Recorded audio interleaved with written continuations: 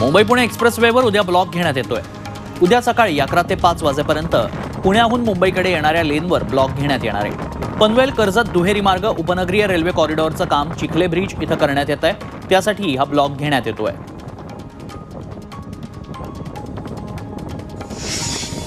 PMPL diesel बसचं electric बसमध्ये रूपांतर करणार आहे। त्यासाठी पीएमपीएमएलनं बसची चाचणी करण्यास सुरुवात केली आहे। 50 डिझेल बसचं इलेक्ट्रिक बसमध्ये रूपांतर करण्यात येणार आहे। यासाठी 60 लाख रुपयांचा खर्च येतोय।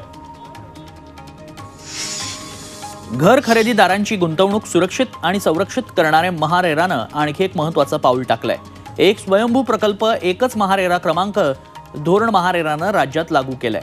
यामुळे भविष्यात घर खरेदीदारांची फसवणूक टाळता येणार आहे। कोल्हापुरातल्या वाशीनाका इथल्या म्हाडा कॉलनीत एका घरात गर्भलिंग चाचणी करण्यात येत होती। जिल्हा शहर आरोग्य पथक, महिला बालकल्याण समितीचं पथक आणि पोलिसांनी संयुक्तरित्या छापा टाकला। या कारवाईत टोळीतील दोघांना ताब्यात घेण्यात आलंय, तर या प्रकरणातला बोगस डॉक्टर फरार झालाय। केंद्र सरकार आता डीपफेक विरोधात नवीन नियम आणणार आहे। या नियमानुसार सोशल मीडिया कंपन्यांवर कारवाई होऊ शकते।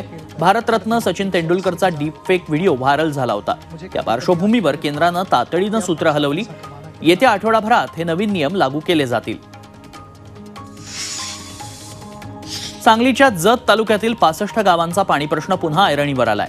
या मुद्द्यावरून जत तालुक्यातल्या सर्वपक्षीय नेत्यांनी लोकसभा निवडणुकीवर बहिष्काराचा निर्णय घेतलाय। या 65 गावांसाठी विस्तारित म्हैसाळ सिंचन योजना मंजूर झाली आहे। तिच्या उर्वरित कामाची निविदा प्रक्रिया तातडीनं पूर्ण करायची मागणी यावेळी करण्यात आली। राष्ट्रवादीच्या शरद पवार गटाचे आमदार जितेंद्र आव्हाडांनी पुन्हा एकदा वादग्रस्त विधान केलंय।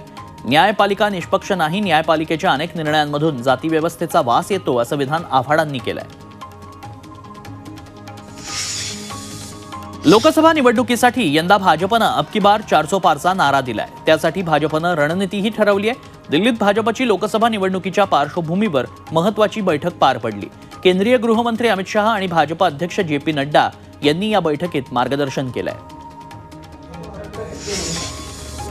सोलापुरात भाजपच्या एकाच दिवशी एकाच मतदारसंघात 2 मोठ्या जाहीर सभा होत आहेत। अक्कलकोट विधानसभा मतदारसंघातील रेनगरमध्ये पंतप्रधान मोदींची जाहीर सभा, तर त्याच दिवशी संध्याकाळी उपमुख्यमंत्री फडणवीसांची अक्कलकोट शहरात जाहीर सभा पार पडणार आहे।